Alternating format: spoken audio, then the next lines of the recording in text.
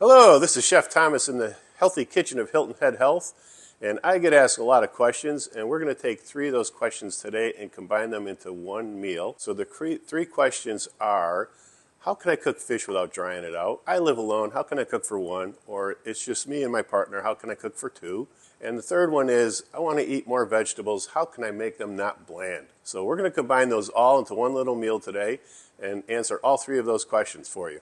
What we're going to do is make a sheet pan meal. So we're going to do it for 1, but you could easily do this for 2, and you could actually do it for 10. It just takes a couple more sheet pans. What we want to do is make a balanced meal, what we call the H3 plate. And the H3 plate is 3 or 4 ounces of lean protein, about a half a cup of something starchy like a sweet potato or a whole grain.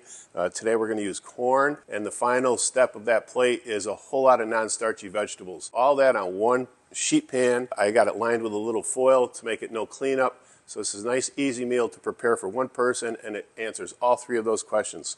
So we're going to start with our corn, our starchy component. We're going to use fresh off the cob, and if you've ever tried to cut corn kernels off the cob, you know that they go all over the room. So what I like to do is take a large bowl, and inside of that, I take a little plastic bowl, and the plastic doesn't hurt my knife. I'm going to set my corn cob right on here, and just cut those kernels away, and they stay right in the bowl.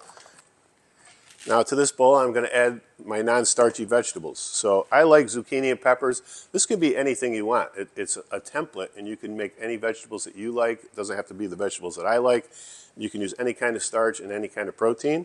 I'm going to take a nice fresh zucchini, and we want at least a cup of vegetables. So we're going to do about a cup of zucchini. And I'm going to do half moons, mezzaluna, and then we're just going to cut. I'm keeping my fingertips under my knuckles. I don't want to cut them off. I like my fingers. And we're going to do these nice little half moons. So vegetables with more moisture content will cook faster than vegetables without them because they steam from within. So you can do bigger pieces. If they have very little moisture, you want to cut them into little pieces. We're going to add some red and yellow pepper in there. Brings a lot of color and flavor. So to do my pepper, I want to clean out that inside. So I'm going to cut both ends off of my pepper. I'm going to put a little knife slit in the side of the pepper. I'll push my knife in there and run it against the flesh and unroll and push at the same time. So that cleans out my pepper nice and easy.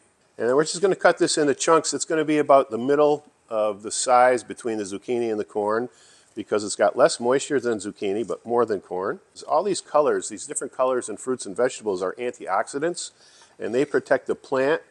And they protect us against free radicals, which cause inflammation. And inflammation never did any good for anybody. And we're going to do the same with the yellow pepper. We're going to put our slit in the side, unroll as we push our knife along. We've got a lot of non-starchy vegetables, or our zucchini and our peppers. So how do I make these vegetables taste a little more, give them a little more pop? How do I get some more flavor out of these vegetables? And I like to put a little olive oil in here. Yes, olive oil has calories, but it's a good fat. We're just going to put a little bit of olive oil. It keeps the vegetables from drying out when we roast them. It also helps seasonings to stick to the vegetable because that's how we're going to give it pop. And you can season it with a little salt and pepper. There's a lot of good seasonings on the store shelves out there. I like to make my own, and we have them here at Hilton Head Health available for our guests. This is my Chef T's barbecue seasoning rub. Nice and generous with our flavorings here. It's mostly paprika, but it's got a lot of interesting spices in there. It gives everything a lot of flavor. So we'll give this a little toss to get all those seasonings coated on our vegetables. We'll just take that and spread that out on our pan. So here's 2/3 of our meal, our starchy component and our non-starchy vegetable. All we need is a little bit of protein. So for our protein today, we're going to choose salmon. We love salmon here at Hilton Head Health. It's got the rich in omega-3 fatty acids, which are good for our heart and our brain. So we're going to take our salmon and put it right on here. And so you could cook that just like it is with a little salt and pepper. But again, we like to add flavor where we can and get as much out of our dish as we can. One of the most popular dishes here at Hilton Head Health is what we call pecan Dijon salmon. We also do pecan Dijon on other fish. You could put it on chicken. You could put it on a pork tenderloin. It's great on tofu as well. So we want to spread a nice coating of our coarse ground Dijon mustard, and we want a nice even coating on here. And then on top of the coarse ground Dijon mustard, we're just going to sprinkle some unsalted raw pecans. And that's our meal. Into the oven it goes. So my sheet pan meal has been in the oven for about 10 minutes, and I want my fish to be cooked to a 140 degrees internal temperature.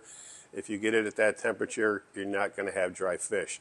So my third tip is meat thermometer. Everybody should have a meat thermometer. And I'll talk a little bit more about different meats and their temperatures after we check our fish. So let's check our fish and see where we're at. I would like my fish to be at about 140 degrees, 139, 140. This is going to be perfectly cooked fish right here.